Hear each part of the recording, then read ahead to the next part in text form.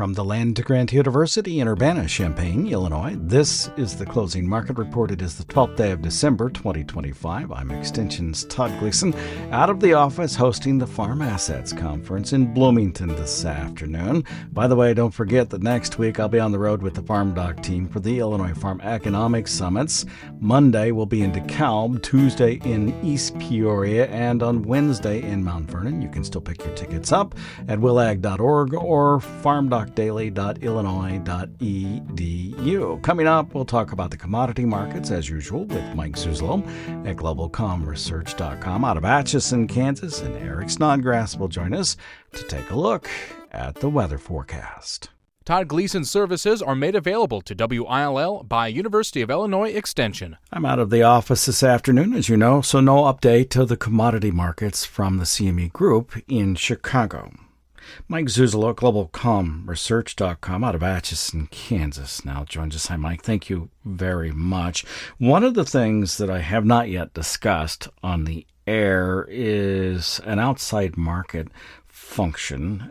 This was the Venezuelan oil tanker that the military intercepted, the U.S. military, that is, coming out of Venezuela. These are gallons of oil that have been sanctioned by the U.S., and apparently they're from both Venezuela and Iran, and they were on their way to Cuba.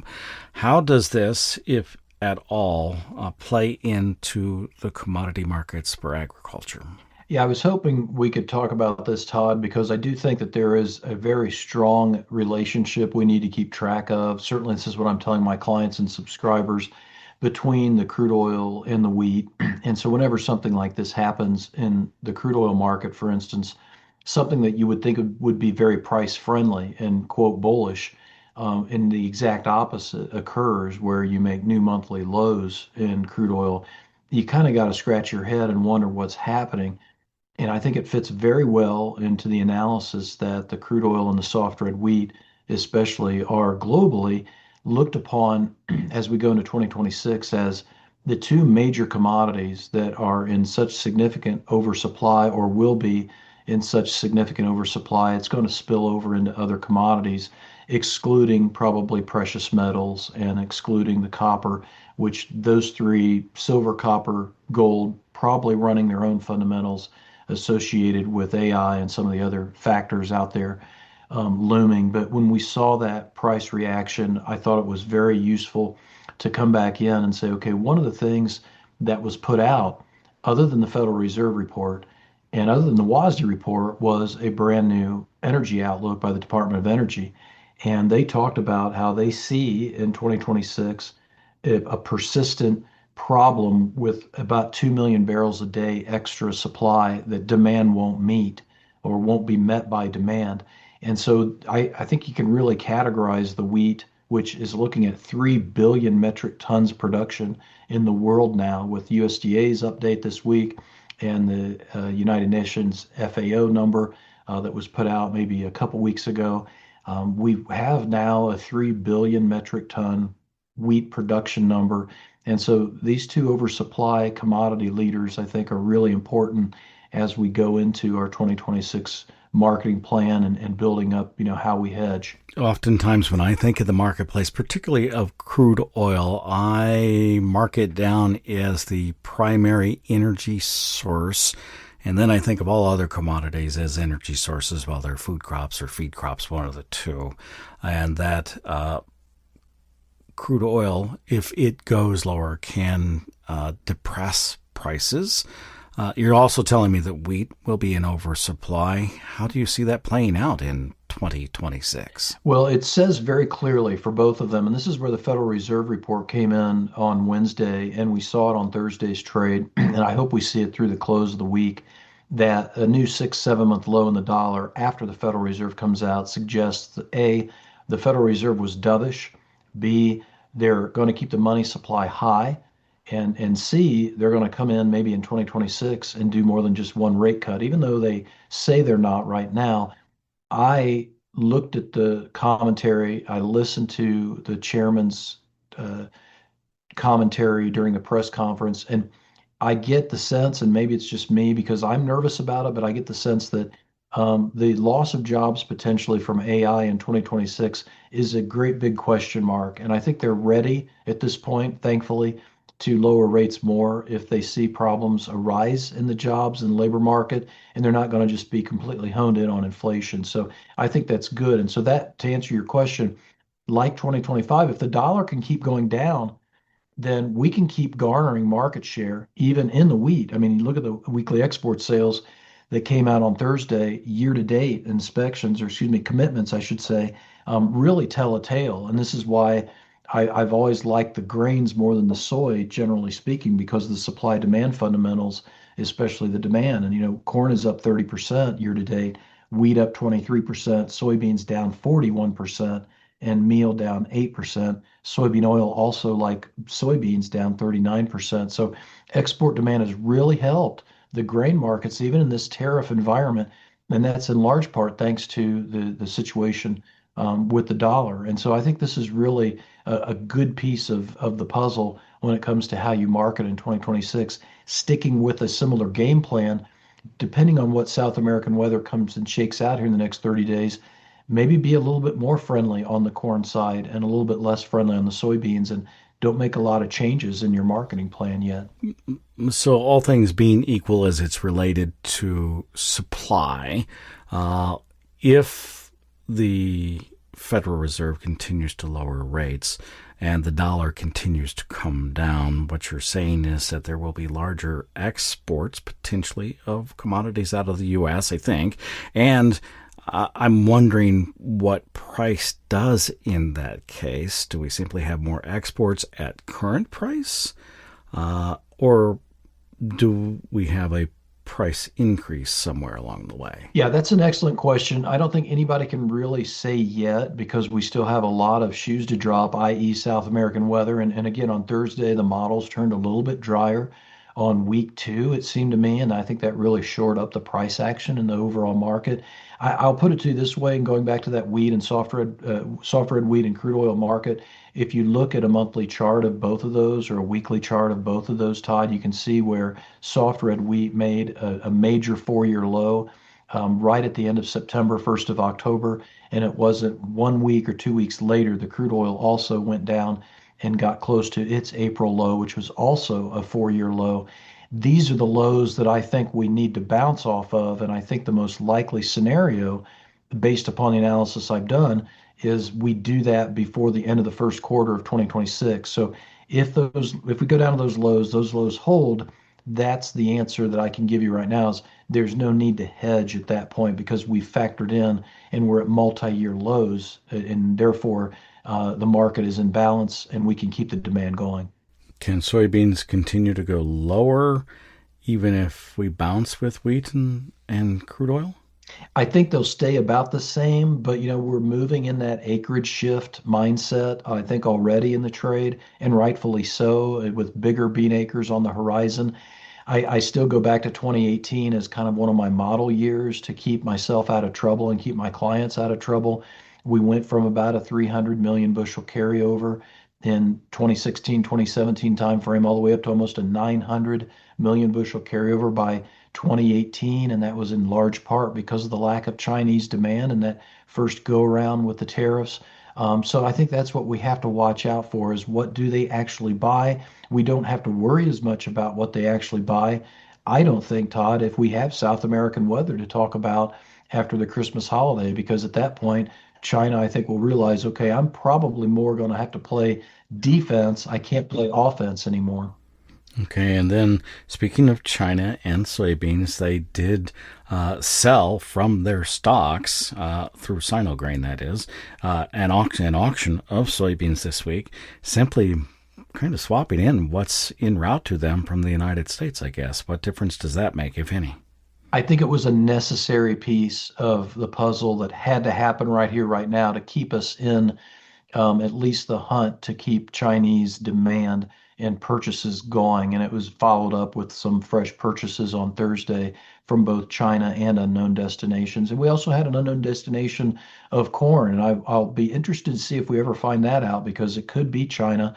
I took note in the WASDE report while we gained 7 million tons of wheat production and most of our major competitors, USDA did take the Ukrainian corn number down. And so if that January yield decline in corn comes, which I think it should, especially in Illinois and Iowa, then I think we could be in a situation where what we've talked about in wheat and crude oil is oversupply. What we've talked about in soybeans is not enough demand, but in corn, it's almost looking like we need to start rationing demand at this point. But the yield for the United States will probably dictate whether that's the case or not. Okay, we'll have to watch the January reports, include many reports, WASDE crop production and grain stocks among them, along with the winter wheat seedings report.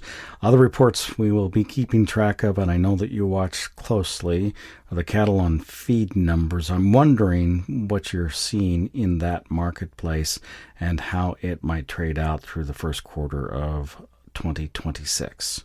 Yeah, I don't think that we need to go and take out the old highs in cattle unless we have a very rough calving weather seasonal. And so I'm going to put cattle kind of in a grain market situation where the weather is going to be huge, in my opinion, in February and March. And some of my cow-calf fellows and gals are already telling me they're going to start dropping by the 1st of January because they've moved up their schedules over the last few years just so they're not in the heart of the winter weather. So January, February, March going to be really important. If we do have a bad calf crop, I think we could take out the old highs in feeders and fats. Otherwise, I think the supply and demand are pretty well in balance right now. And if the stock market would make a big correction, it would probably be really tough on the cattle market at this point. So I think mostly sideways from the recent ranges, but watching that weather. On that note, we'll ask Eric Snodgrass about the winter weather and what January and February might look like. Thanks much, Mike. We appreciate it. Thanks, Todd. That's Mike Zuzolo. He's at globalcomresearch.com out of Atchison, Kansas. Up next, another in our elevator pitches gathered at the National Association of Farm Broadcasting Convention in Kansas City in mid-November. My name is Steve Sopher. I'm the Tech Service Manager for the state of Iowa with a specialty in seed treatment.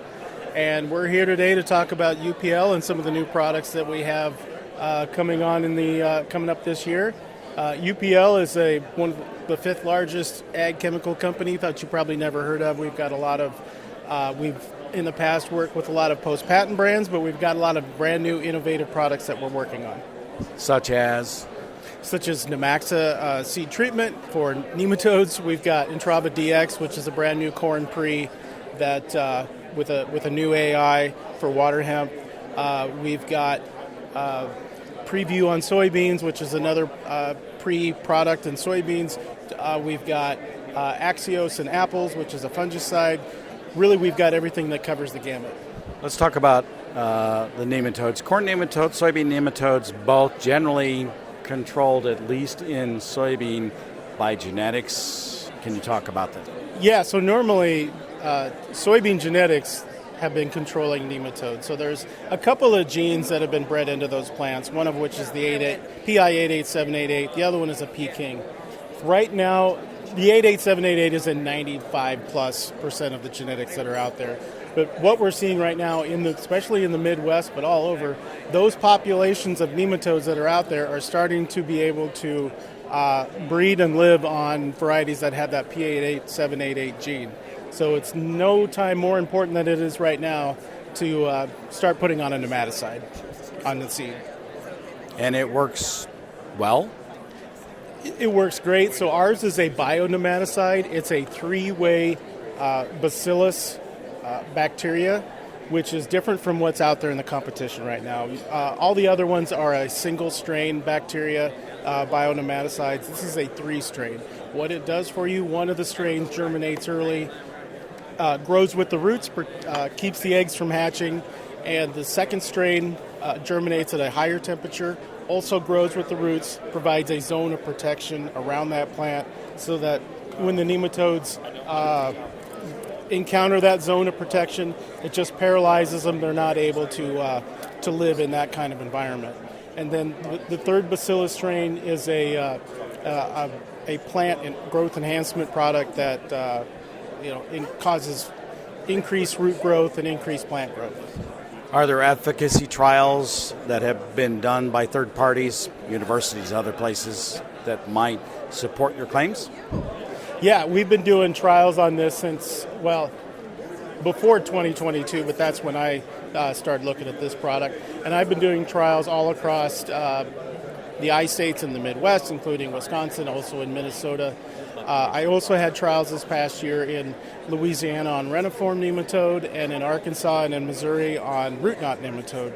And things performed extremely well for Nemaxa. It was doing up to 5 bushel better, especially in Louisiana. And you could see those visual symptoms about halfway through the year. I walked the plot.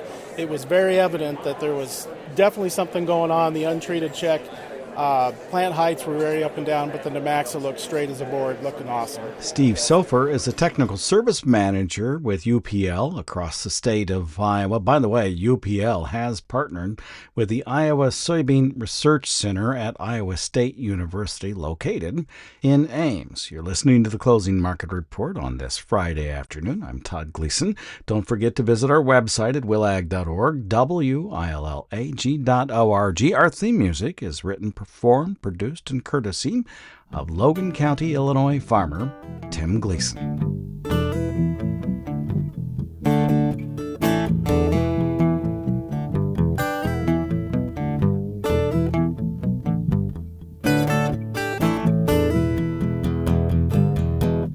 Let's check in on the weather forecast now with Eric Snodgrass. He's with Nutrient Ag Solutions and Agrable. We're talking, of course, on Thursday because I'm hosting the Farm Assets Conference in Bloomington at the Agri Center today. Speaking of which, I'm going to guess, Eric, that I skated into the Agri Center on Friday morning.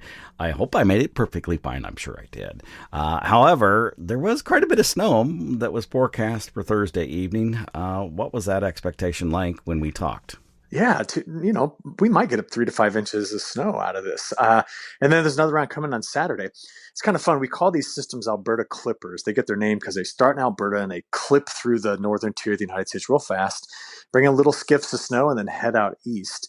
They're a lot different from the big monster storm systems like the Colorado lows or the Panhandle hookers or even the Gulf lows that can come through, which tend to ride on southwest jet stream flow rather than northwest jet stream flow. So long story short, we get these little systems that hit us and they bring in some snow. We saw the one on Thanksgiving, of course, and then we saw a little bit more snow after that. And now we have 2 more rounds of it, the next one coming on Saturday. And the good news is, Todd, earlier in this week, we warmed up and a lot of that snow melted. So now our top 4 inches of soil have a little bit of water in it. Now, there's still some drier conditions the farther down you go, of course, and we're going to have to probably wait on spring to revive those soil moisture values. But the good news is that melt, while it made things slushy and muddy and gross, was exactly what our soil needed before we pile a little bit more snow on top of it. So, yeah, we're locked into it, and be prepared for some brutal cold weather this weekend. I think we might struggle to get above -7 for our low temperatures as we work our way from Saturday night to Sunday morning. So very, very cold air on this next clipper. Oh, that's going to make next week feel really warm later in the week, I think. I did see warm conditions right there late week next week. So I was just looking at this morning, and I was talking to my wife about it because we're trying to figure out what's Christmas travel going to look like. And some of the models are right now. This is nuts, Todd, and it'll change. But some of the models came in with a high of 67 on Christmas Eve. Oh, wow! Now remember, let's just say it gets close to that. That is actually a signal that you better be prepared for the week between Christmas and New Year's. We bring in that much mild air, we're likely going to shock it back into normal with a big low pressure system some point between Christmas and New Year's. So it's short lived. We've had plenty of access to cold air this year. We know that the polar vortex is still a huge mess. I mean, we understand that the atmosphere, as we watch La Nina fade, is going to be prepared to give us more shots of this really cold weather this winter. But boy, there is a warm up coming, and it's kind of got two two bits to it, one next week and then one as we get into the week of Christmas. Is this roller coaster going to continue through the winter into the January and February timeframe? I think it is. I think we're going to have a pretty volatile winter in terms of temperatures, but that's pretty typical for Illinois. So I wouldn't tell anybody that, anything's way out of whack. I would just say, hey, this is kind of what we get when we walk into a La Nina type winter. And I think we should expect pretty violent swings in temperature, to be honest with you. But the only thing I can say, and I mentioned it a minute ago, is that the polar vortex is off. It's weakened. It's been displaced. It's forecast to split in two. And normally that tells us that when we get our Arctic outbreaks, they just tend to have a bit more of a punch. So that's why I said pretty volatile temperature pattern I expect, not just to finish December, but most of January and February as well. Now, I know Thursday afternoon you were talking to the folks at Strategic Farm Marketing, the conference they held at the iHotel. What were your expectations for springtime during that meeting? Yeah, we had to dig into that. And so I threw out a word of caution in that when you look historically at years that finished a La Nina in early winter and then built in even El Nino conditions by summer, those years are a bit of a mixed bag. You have years like 2009 in there, which is like, hey, fantastic. We love that. But we also had spring of 2023 was in there. So 2009 was a cool summer, huge yields. We had great conditions. 2003 was bone dry in spring, but then storm like mad in July. So the point here is that there is some risk. It's about a 60% risk that we see some drier conditions during the spring. So I'm now talking about April, May, and June. And that's not a problem. A little bit drier spring is fine for our crops. It's just the big question mark. And I'll explain this, I'm talking to these guys about it. What does it look like when we get into those critical months of July and August? And we're just too far out to make a really educated guess on that at this point. Okay, now turn your attention to South America for me. What's your best educated guess about the crops there? Yeah, I think the issue was they had a deep low that went through some of the driest parts of Brazil, even hit some parts of northern Argentina, which were dry. And that low brought in rains that were needed in those areas. And so put a bit of a hold on any sort of a weather issue in most of South America, to be honest with you. The thing we're going to be watching is, a lot of folks always talk about drought. If we just get drought in Brazil, that's not how we have big problems on a Brazilian crop. The big problems with the Brazilian crop is if you can get it to stay wet, very, very wet, in January into February. That is what delays the harvest of soybeans and causes some issues with quality. So to be honest with you, I'm trying to see if that is anywhere in the forecast going into late January. And there are some hints of it that they could be wet going into harvest. And that's good for soybeans, but it's really good for corn. So if you want to be watching something in Brazil, watch across the Cerrado to see if they get really wet in about 45 days. Really, really wet. Okay, so I really would prefer that you watch and just tell me if that's all right. A deal. I could handle that. All right, thanks much. Eric Snodgrass, of course, is with Nutrient Ag Solutions in Daggerville.